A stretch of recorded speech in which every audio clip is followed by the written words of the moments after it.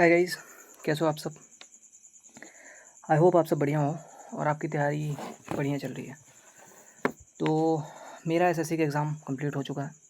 SSC CGL का basically 12 सितंबर second shift में मेरा एग्ज़ाम था। तो इसके बारे में अपन थोड़ा सा इसका रिव्यू मैं थोड़ा सा आपको दूंगा कि कैसा मेरा एग्ज़ाम रहा।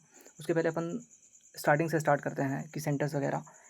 मुझे फ़र्स्ट प्रेफरेंस मिली थी एसएससी की तरफ से। फ़र्स्ट प्रेफरेंस सिटी मेरी सतना थी और मुझे सतना मिल भी गया। इसके बाद एग्ज़ाम देने पहुंचा है। ठीक है, जहाँ पे एग्ज़ाम था महात्मा गांधी कॉलेज, वहाँ पे सतना में 2 महात्मा गांधी कॉलेजेस हैं, वो मैंने पिछली बार भी बताया था। और 2 महात्मा गांधी कॉलेजेस हैं, तो इस बार ही मुझे पता था कि किस महात्मा गांधी कॉलेज में होना है। पिछली बार मैं फंसा था, सो इस बार मैं करेक्ट कॉलेज में पहुँचा। और सेंटर्स सेंटर की हालत बोलूँ तो ठीक है, पिछली बार वो मैंने बता ही दिया था। सेंटर की हालत पे बात नहीं करते हैं, क्योंकि सेंटर ठीक ठाक था, मतलब इतना एवरेज था। बहुत कुछ अच्छा भी नहीं था, बहुत कुछ ऐसा बेकार भी नहीं था। उसके अलावा कोई लैग वगैरह मेरे सिस्टम में तो नहीं था। एक आध दो बच्चों का हुआ है थोड़ा बहुत लैग। लैग ना कहो, उनका एग्ज़ाम स्टार्ट होने के पहले उनको दूसरे सिस्टम में शिफ्ट किया गया था, क्योंकि उनको कोई पावर की इशू आ रही थी या कुछ और था। मुझे एग्जैक्टली नहीं पता कि क्या था, शायद पावर का इशू हो रहा था। तो एक दो बच्चों का ऐसा हुआ था, बाकी मेरे साथ तो ऐसा कुछ नहीं हुआ। तो मेरा इस एग्ज़ाम स्मूथ गया। तो एज सच कोई माउस का लैग या फिर कीबोर्ड या फिर और कोई सिस्टम लैग मुझे ऐसा कुछ देखने को नहीं मिला मेरे मेरे सेंटर पे। एग्ज़ाम की बात करें तो मैं जैसे कि हमेशा से स्टार्ट कर रहा हूँ मैथमेटिक्स सेक्शन से। सो मैंने मैथमेटिक्स सेक्शन से स्टार्ट किया। मैं पेन ले लेता हूँ यहाँ से, ठीक है। तो मैं मैथमेटिक्स सेक्शन से स्टार्ट करता हूँ, ठीक है।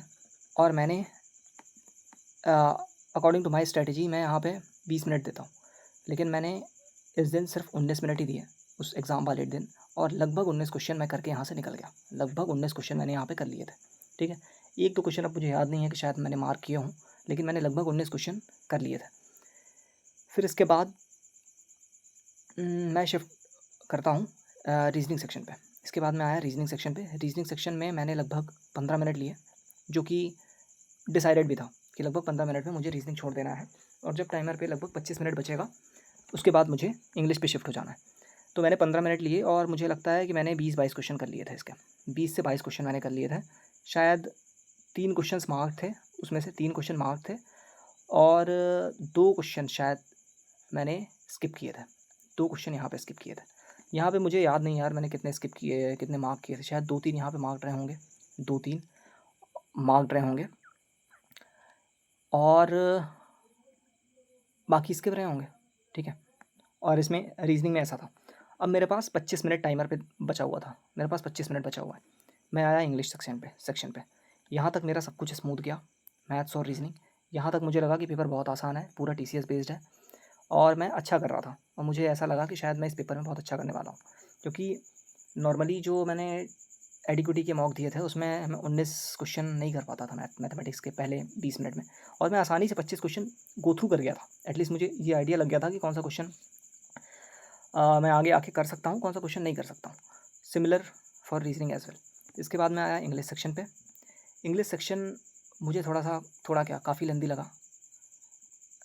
लगा। मतलब स्टार्टिंग में एक पहला ही क्वेश्चन जो था वही क्वेश्चन मेरे से नहीं बन रहा था। अब मुझे ध्यान नहीं है, शायद वो एरर था या फिर कोई सिनोनिम एंटोनिम था, थोड़ा सा ट्रिकी सा था, वो मेरे से नहीं बन रहा था। फिर 2 से लेकर के 6 तक रीडिंग कॉम्प्रिहेंशन था।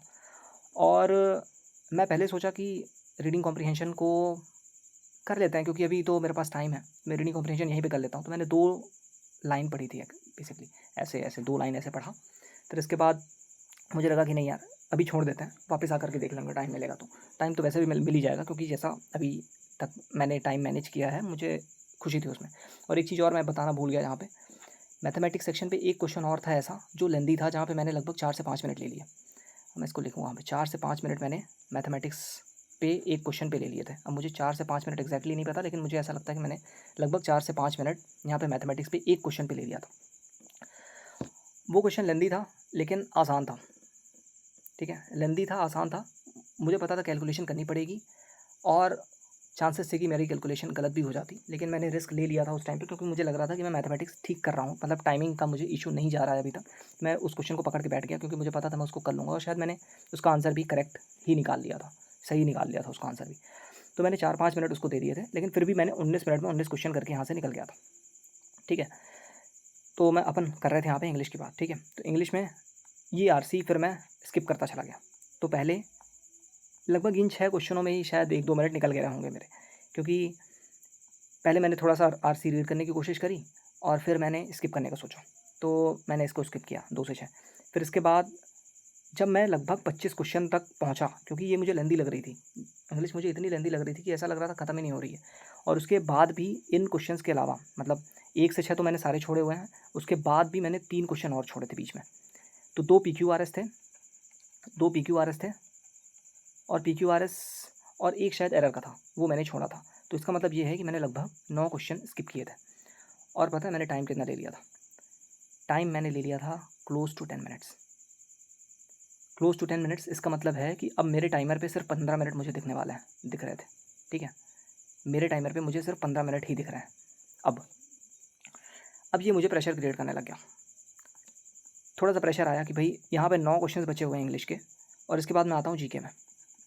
ठीक है, अब ये था मेरा कि मैथ्स और रीजनिंग छूट जाए तो छूट जाए, लेकिन इंग्लिश और जीके नहीं छूटनी चाहिए, क्योंकि ये बहुत कम समय पे बहुत ज़्यादा मार्क्स दे सकते हैं। मैं जीके सेक्शन पे आया और जीके सेक्शन अटेम्प्ट करने की कोशिश किया। मुझे जीके सेक्शन में पल्ले ही नहीं पड़ रहा था कुछ, लगभग मैं ब्लैंक हो चुका था। मुझे कुछ नहीं समझ में आ रहा था कि जीके में मतलब क्वेश्चंस देख रहा था, लेंदी क्वेश्चंस आ रहे थे। मैं सोच रहा था कि निट्टो लगाऊंगा, क्वेश्चन के ऑप्शंस भी रीड करने की कोशिश कर रहा था मैं। कोशिश इसलिए कर रहा था यार कि कभी कोई निट्टो लग जाती है, कभी कोई एक आध ऑप्शन एलिमिनेट कर लेते हैं तो आंसर तक पहुंच जाते हैं।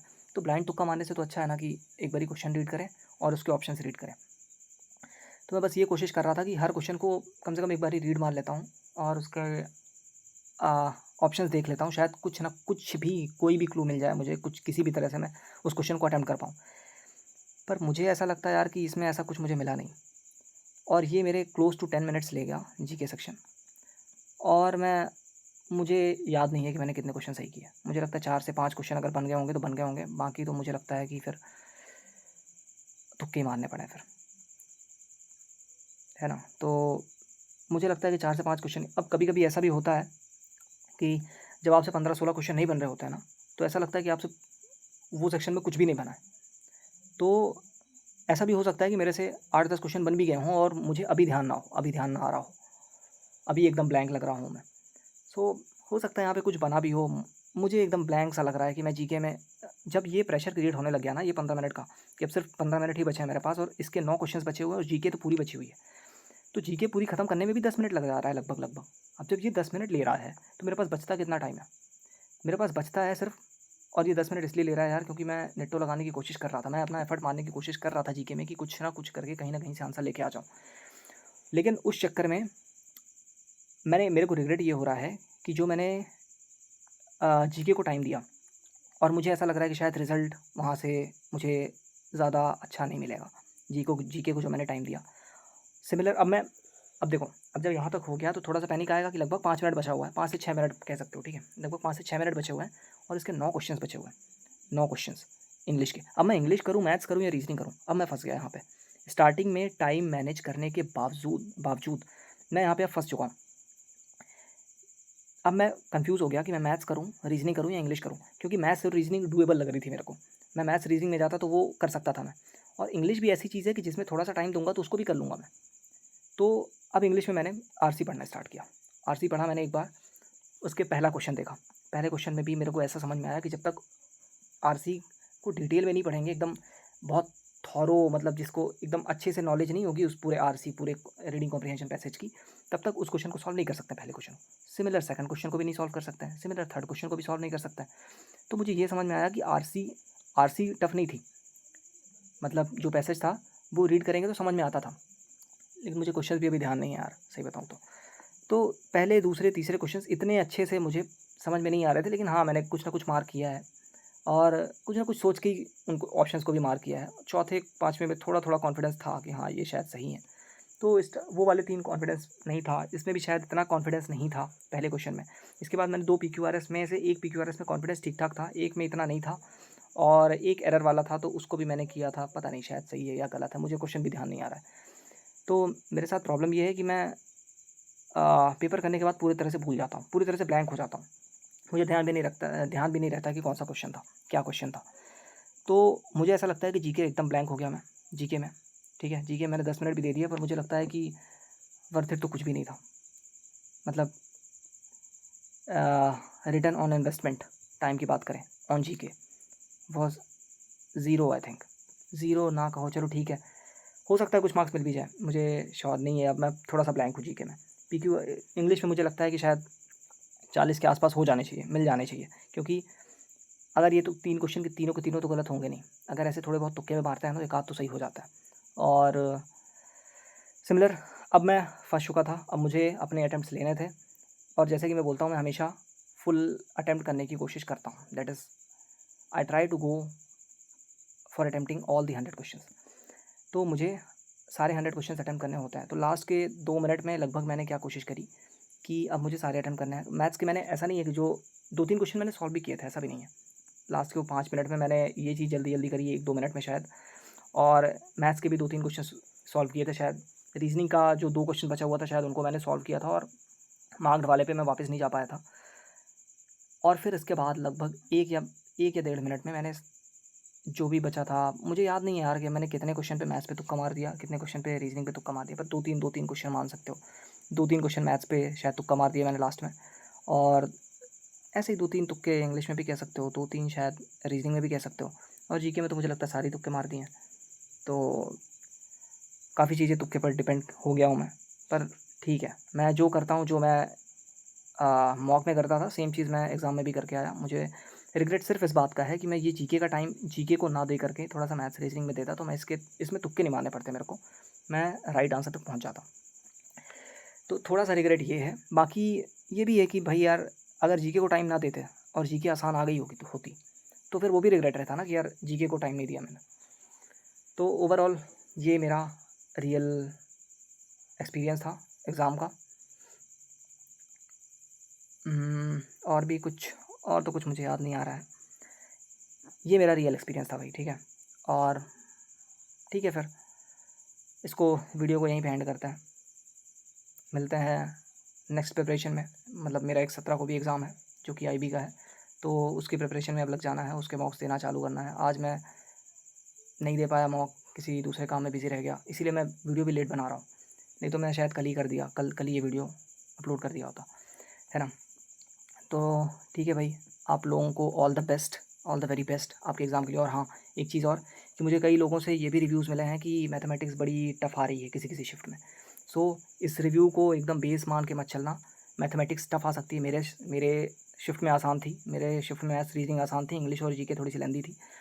किसी शिफ्ट में मैथ्स टफ़ आई है, सो उसके लिए भी प्रिपेयर रहना। मतलब कोई भी पॉसिबिलिटी बन सकती है, मैथ्स टफ़ हो जाए या रीजनिंग टफ़ हो जाए, इंग्लिश टफ़ हो जाए, जीके टफ़ हो जाए, टफ़ इन द सेंस लेंदी हो जाए, कुछ भी लेंदी हो सकता है। सो सबके लिए प्रिपेयर रहना, ठीक है। Prepare for the worst and hope for the best. मैं सोच रहा था कहीं गलत ना बोल दूँ, कहीं उल्टा ना बोल दूँ। So prepare for the worst and hope for the best. So all the best आप सबको अपने एग्ज़ाम के लिए। और आप अपना छोटा मोटा रिव्यू जो भी शेयर करना चाहते हो कमेंट में शेयर कर सकते हो, ठीक है। फिर मिलते हैं अपन कल एक नए मॉक के साथ, जो मैं आईबी का मॉक लेकर के आऊँगा। कोई ना कोई एक पीवाईक्यू सेट लगाऊंगा, या फिर जो भी लाइव मॉक होंगे, अगर आईबी के कोई लाइव मॉक होंगे तो उस लाइव मॉक को करेंगे, ठीक है। So this is it for this video. Will meet in the next one. Till then take care and have a great day guys. Thank you.